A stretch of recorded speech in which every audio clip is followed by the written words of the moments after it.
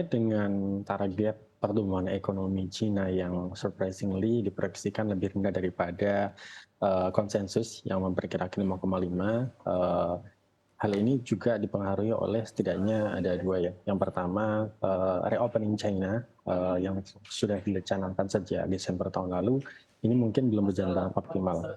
Yang kedua adalah adanya arah kebijakan politik Cina yang juga memprioritaskan untuk bagaimana perluasan kesejahteraan dan juga meningkatkan kembali konsumsi.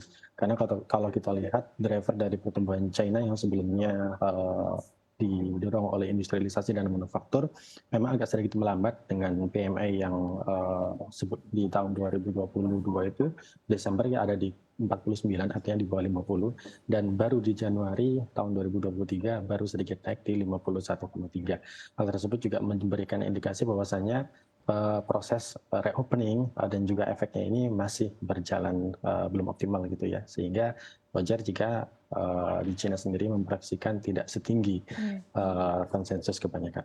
Oke, baik. Artinya tadi reopening-nya juga masih belum terlalu sempurna begitu untuk di kawasan China dan ini juga yang menjadi highlight begitu ya Pak Kahvi. Kemudian tadi yang saya maksud juga bahwa angka 5% sebetulnya untuk China bisa kita katakan rendah begitu karena kita compare juga ke masa sebelum pandemi ini biasanya juga di kisaran 7% untuk perekonomian China. Meskipun ketika kita compare ketika masa pandemi, ketika lockdown China ini 5% dan juga tadi seperti yang disampaikan reopening-nya belum optimal, 5% ini juga sebetulnya targetnya cukup tinggi untuk China saat ini begitu ya. Tapi apa yang menjadi concern Anda Mbak Esa terkait dengan hal ini begitu ya? Apalagi China ini memiliki hubungan yang dekat Ya. dengan Indonesia begitu, seperti apa? Tentu saja bahwa ketika Cina menetapkan target yang lebih rendah daripada pasar, kita harus memperhatikan tiga hal ya. Kalau ekonomi Cina itu ke kita ada tiga channel yang harus diwaspadai. Pertama adalah perdagangan. Bagaimanapun Cina itu adalah pangsa ekspor terbesar kita, sekitar 23-25%. Kedua dari sisi investasi, karena investasi Cina begitu terdongkrak ya dalam mungkin 3 tahun terakhir. Kemarin bahkan sampai ke nomor 2 terbesar pada tahun 2022 dan di kuartal 4 menjadi yang terbesar. Dan channel terakhir yang harus diperhatikan adalah kunjungan Wisman, karena sebelum pandemi kunjungan turis Cina itu paling terbesar di kita ya, sekitar 2 juta dan 12,5% kontribusinya, sementara setelah pandemi jelas sangat turunnya. Dan tiga channel itu yang harus diperhatikan bahwa kita tidak boleh melihat ini hal yang remeh ya.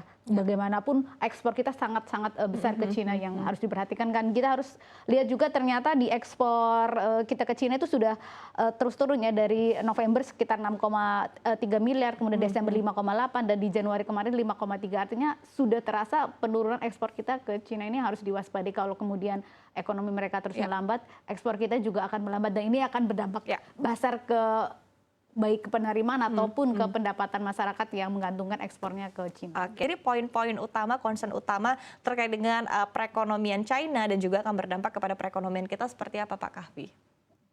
Iya, baik. Terkait dengan apa yang terjadi saat ini ya, Mbak Gita.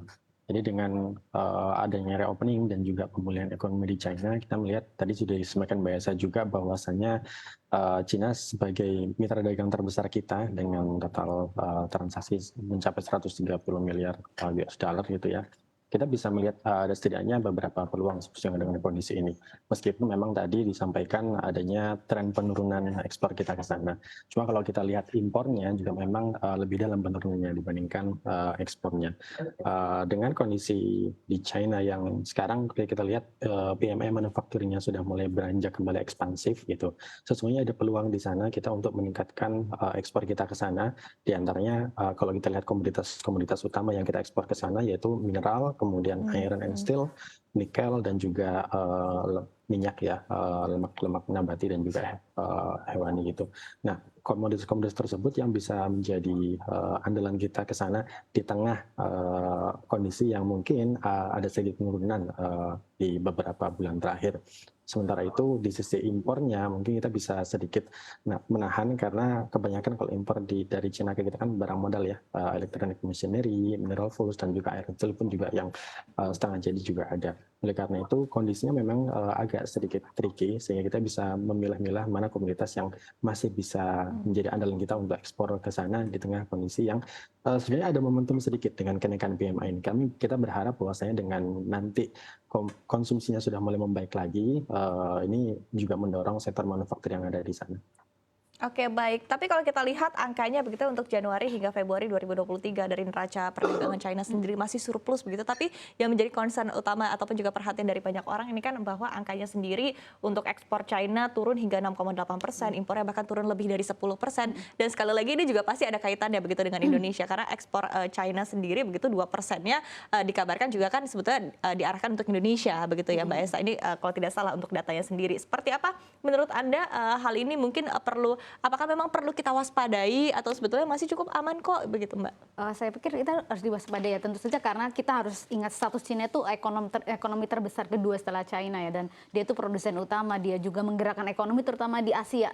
Kalau mesinnya aja macet sedikit itu agak bahaya ya, karena Cina bagaimanapun masih menjadi motor utama di Asia, dan apalagi kita juga sangat bergantung ke ekspornya.